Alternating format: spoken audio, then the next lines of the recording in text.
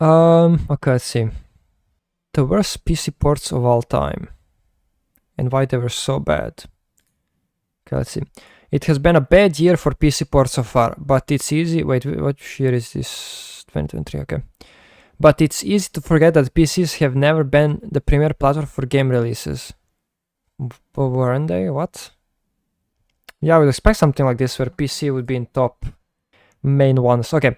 There is a storied history of terrible PC ports, and although we are still seeing some big promise today, the games released now are a far cry from what we have seen in last year. I figured it was a good time to look back at some of the worst PC ports we have seen. This isn't an exhaustive list, there are dozens of games that have been released broken on PC. But these are the worst offenders. In some areas we have made tons of progress, and the others unfortunately not so much. I think for ports, I think the worst thing for ports is, at least for me, is usually UI and controls. Like if you're porting a game from, let's say, Xbox to PC or whatever, console to PC, if you don't appropriately deal with UI and controls, it's literally, the game could be like 9 out of 10, but if I'm playing it, it's gonna be like 5 out of 10. Like it's just gonna destroy it if I have to like release my hands from the mouse and then click arrows because I can't, I don't have a mouse in my main menu or something, or some cringe stuff like on my UI it's showing, instead of showing me which buttons to press on my keyboard, it's like showing me controls for the controller or something like that. Those are the worst ones. It just destroys everything. Because keep in mind, like UI and controls is probably something that a person playing will see the most of. Like you just have to use inputs. It's a video game, not a movie. And then you have the UI, which is always just in front of you, like while you're playing, showing you whatever stats or whatever. So yeah, let's start with Batman Arkham Knight first, because it has become the poster child of bad PC ports since it released in 2015. That's mainly due to the media frenzy the port caused, which forced the publisher to remove the game from digital storefronts for 4 months. I didn't know this. Batman Arkham Knight. I think I played this one, but yeah, I don't remember having any port issues with this, but okay. You can sum up the problems with the port as poor performance, but that doesn't get at how disastrous this release was at launch. There was unavoidable stuttering and hitching, mainly due to how the game managed assets in memory. On lower-end systems, this could cause hitches that lasted several seconds during gameplay, and they were constant. Ooh, okay, I can see this. The PC hardware of today can overcome these problems with much larger VRAM allocations to deal with issues. The situation with Arkham Knight is not dissimilar from what we have seen in PC ports today, where a console version developed for a unified memory architecture struggles to adapt the game with the split nature of memory in PC. After a 4-month hiatus, Batman Arkham Knight showed back up on digital storefronts. Some issues were addressed, but even today the game struggles with hitching and stuttering. The developer has formally ended support for the game, leaving it up to the community to fix the performance problems through a slew of mods. The game instead is still available for sale today. Dark Souls had issues? Dark Souls Prepare to Die edition usually isn't far behind Arkham Knight when talking about bad PC ports, though its problems were a bit different. It didn't launch with severe performance issues, but it was marked downgrade over the console version of the game and carried a lot of caveats. Yeah, I'm not sure about people or developers wanting to... here's my issue when I think about porting stuff. It's like how much lower you... So let's say this is... Okay, let's draw it a bit better. So let's say this is all the PCs that exist. So this is like low end, this is like high end. Like when you're porting the game, how much lower do you want to go? If you go too low, the game is gonna look way different than maybe on the console it was like here. So you're gonna get screwed if you want like some lower end PCs to be able to play it. But if you don't go low enough, then you're gonna like remove like 50, 60, 70% of people being even able to play your game. So yeah, I'm not sure what the best solution for this is. I think I would usually compromise and go with maybe a higher end, because the experience does kind of matter. You do want to kind of keep the quality that you had on some other platform that you're porting from. But yeah, I'm not sure. So maybe Dark Souls went too far in one direction. The most concerningly, the game was locked to an internal resolution of 1024 by 720. Yeah, now we have like upscaling, so some of these issues are mitigated where it can be at lower resolution, but you upscale it to like 1440p or whatever. Regardless of that, the resolution of your display was it could not go higher. To make matters worse, the game was locked to oh Jesus Christ, 124 30 FPS. That gives me like 2007 vibes or something. Like Jesus. When was Dark Souls actually released? Okay. I actually thought it was... Dark Souls is so old, holy fuck. I thought it was maybe like 2014-15. Okay, I can maybe get it. But even then, like 1280 would be like max resolution 1280 in 2011 would be like kinda but 124, that's pretty low. Attempts to unlock the framerate without a dedicated mode would introduce major issues in gameplay. That's not all. The game suffered from audio bugs, on-screen elements using low resolution textures, basically no keyboard and mouse support. Oh my god. Like textures and this like blurry textures, whatever, I can deal with that. But this, oh my god, if you don't make it, like you don't have to make it like 100% compatible. Just give me like mouse support in menus. Just like show properly keyboard and use like standard keyboard like buttons that you would usually see in games. Like don't give me like alt for crouching or there was like, what was the game? There were some games where I remember playing some ported game where everything was so messed up. Like you would have I don't know, alt for running, shift for crouching. Like you would have to like go in the options and change basically like 60% of the key binds because everything was just crazy. Like you would control jump or stuff like if you're porting, just like, and you maybe never play games on PC, so maybe you don't know, let's say you're a developer and you're porting a game but you don't know, just Google around, just like check like generally what keybinds are used for games on PC. Like don't give me some like just random stuff. Games for Windows Live integration and no graphics options. Ooh. Yeah, this feels like they went very low with graphics and they were scared for people trying to like increase because they didn't optimize it for high end, just make it like decrease the quality for everything and just left it at that. The game was eventually delisted from Steam and replaced by Dark Souls Remastered. It still suffers some issues, mostly due to tying the frame rate to the speed of the game. Oh my god, this was... I think the biggest thing I remember for this, like tying frame rate to the speed of the game, was the Fallout. Was it Fallout 4? Where when you locked it down, the frame rate would increase and you would run faster. Oh my god. That's such a crazy issue to have for like a AAA game. Like there is no way nobody saw it. The only thing I could think of, like there was like some manager that didn't have a clue what that meant and he said, yeah, just it's fine, leave it like that or something. I mean, actually, I could see it. I could see it if they are using their own engine and they're making everything from scratch, so maybe somehow it went through the cracks for Fallout 4.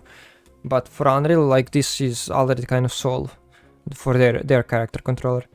It's not nearly as bad as the original release. Okay. Oh Jesus, already. Oh my god. Like the hair and the beard do not have like transparency for some reason. Like that's so weird. Okay.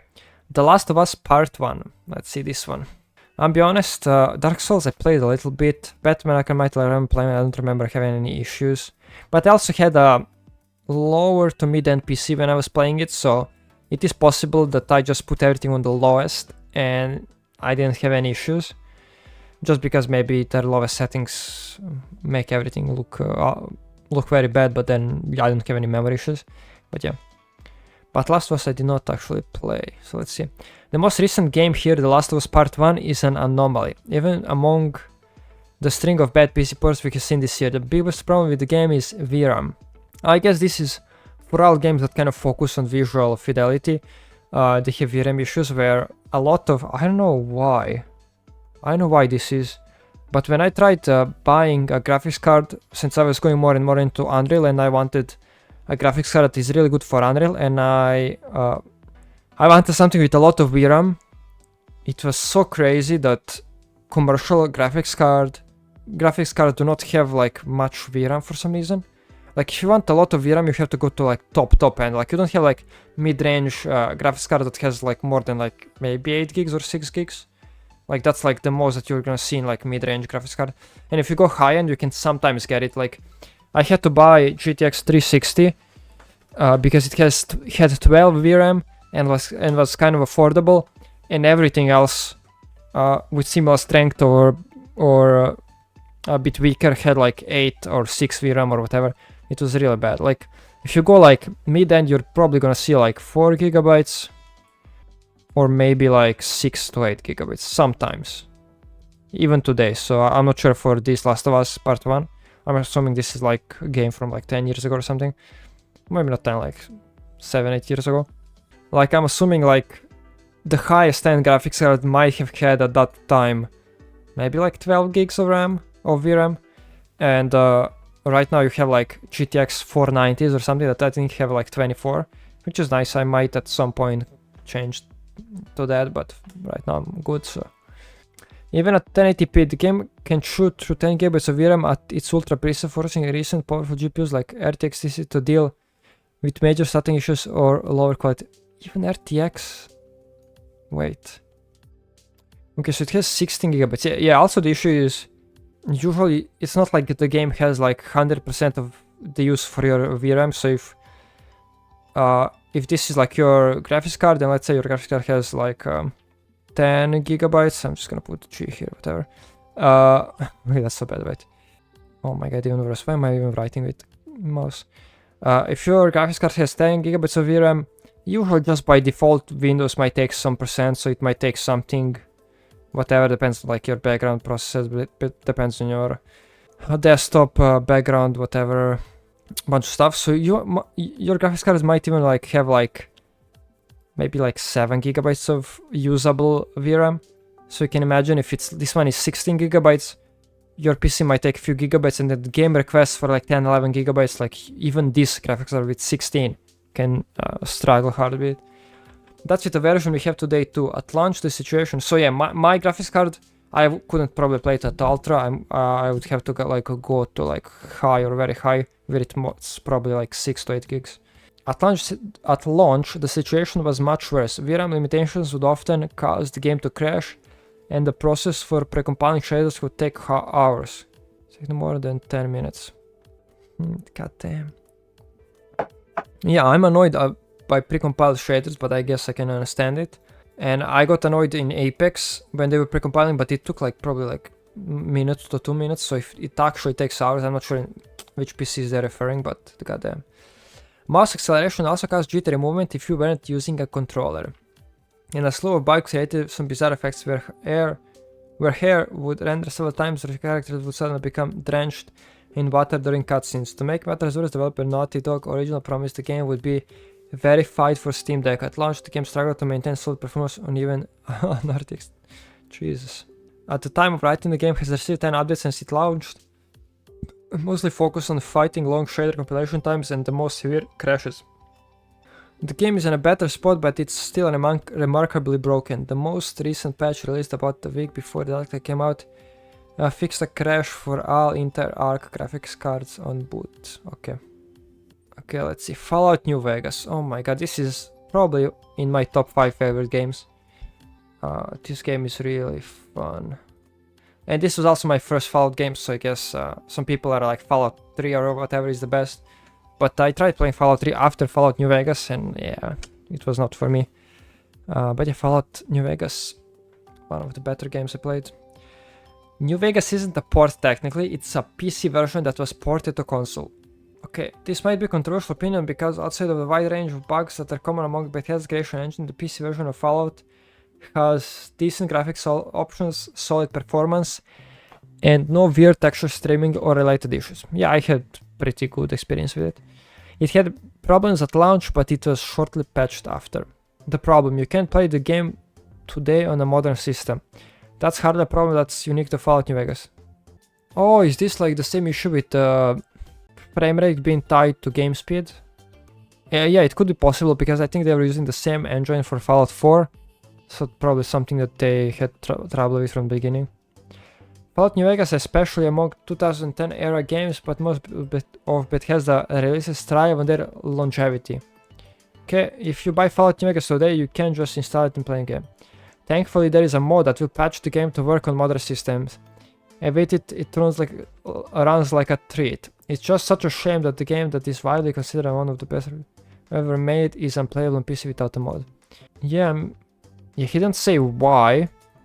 What was the issue, but I'm assuming it's like probably something with the game speed, where maybe if you have like 200 FPS, the game is gonna be running like 5 times faster than if you had like 40 FPS in the game. So maybe everything would look speed up or something. Okay, Grand Theft Auto San Andreas. Okay, also one of the games that's in my probably top 10, I think. I loved modding GTA San Andreas. I'm not sure why the games don't release more mod support for their games. I guess I understand the games become really big and it's really hard to create tools for it, but modding for GTA was pretty fun. I'm picking Grand Theft Auto San Andreas here, but basically every GTA release short of Grand Theft Auto 5 was seen major issues on PC. For this one and all of the PlayStation 2 era games, there are few high-level issues. The game stretched the image at widescreen aspect ratios and they're locked at 25. Ooh, actually remember the stretching. I was thinking that I actually didn't have much issues with GTA San Andreas, but I do remember the screen being stretched. Yeah, okay. And they're locked to 25 FPS. Even modding the game to unlock the frame rate isn't possible, completely breaking physics and animation collision in the game. Yeah, probably also the issue with game speed being influenced by the FPS. San Andreas had some unique problems of its own, vastly downgraded compared to the original PS2 version. Reflections and lighting won't render at certain points, the moon doesn't have any phases, and pedestrians and cars on the street will either show up broken or not at all. Oh my god. I just remember they had like the remaster or whatever of GTA San Andreas that was so bad. Oh my god, I just remembered. Yeah, I didn't even want to try it because that was just disgusting. Yeah, to look at, but yeah. Okay, San Andreas had some unique problems of its own, vastly downgraded compared to the original PS2 version. Reflection lighting won't render at 10 points, okay. There are some crashes with things as... There are also crashes with things as mundane as standing near an escalator, along with save corruption issues, where loading a save will start a new game and overwrite your original. Jesus. Whoever had issues, you good luck, dude.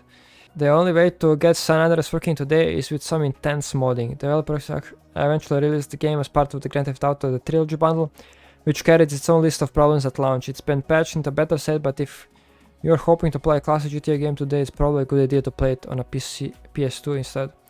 Like, I'm wondering, with all of our new tools for game development, is it easier to like spend time just recreating a game like San Andreas, or actually modding it and patching it constantly? Like, it feels like even if you have like a team of just like 10 to 20 people that work full time to like port or mod the game, like you still have to spend like months working on it, then you have to spend a few months after that like doing patching, and you have to deal with the backlash and stuff like that. Like, I don't even know if it would be easier to kind of just recreate it from scratch or something. I'm not sure. Resident Evil 4. The 2023 remake of Resident Evil 4 has some issues at launch, but they're nowhere near as bad as port we saw in 2007. The PC version didn't use the original GameCube release of the game, instead of opting for PS2 version, which featured blurry textures and low resolution for pre-render cutscenes. Yeah, I also played this game and I probably encountered some of these issues, but before I want to say 2016-17, I had like low to mid-end PCs, so I always just play on the lowest and never cared about the textures, quality, stuff like that. So even if I had some of these issues, I probably just missed them, just by the type of system I had to play with. And low resolution to pre-render cutscenes. In short, they used the worst version of the game as bedrock for the port. Yikes. Somehow it got even worse on PC. The original lighting from the console versions wasn't present, making everything look flat, and there was no support for keyboard and mouse whatsoever. You can only close the game with a keyboard or mouse. Even worse, the game would show generic buttons in its many QuickTime events, forcing players to guess or memorize which buttons. Oh my god, this is the... Like, you better not even port the game if you do this. Like, if you just show me like random fucking triangles and squares and like, leave me alone, dude. Just swap the icons. I swear you can do it, dude. Like, I feel like at that point, just like outsource, like, it feels like few hours of the time you spend like actually doing, like if you have a separate port of the game and you just need to go through the texture files, just find all of the buttons and just replace the goddamn textures. Like, I swear it can be done in like by like one developer in a day. I swear, dude. A full 7 years later, publisher Capcom outsourced a new version of a different developer. Resident Evil 4 Ultimate HD Edition is the only version you can buy today, and it fixes most of the major issues of the original PC port. But it's at least playable. Cool. I think the only game I haven't played here is The Last of Us. I heard a lot of good things, I saw gameplay, it looked fun, whatever, but I don't have a console, so I just didn't play it.